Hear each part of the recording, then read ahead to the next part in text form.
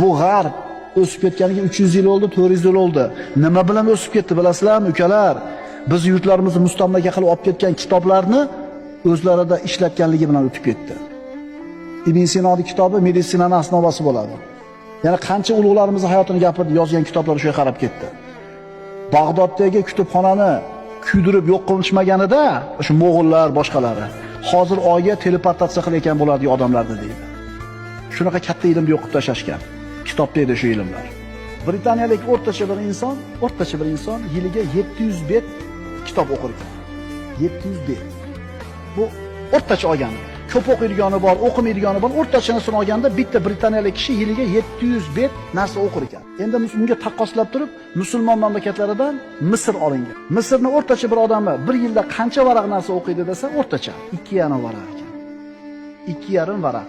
O'sha Misrdagi 2,5 varaq o'qiyotgan odam bizning birodarimiz, bizning musulmon birodarimiz.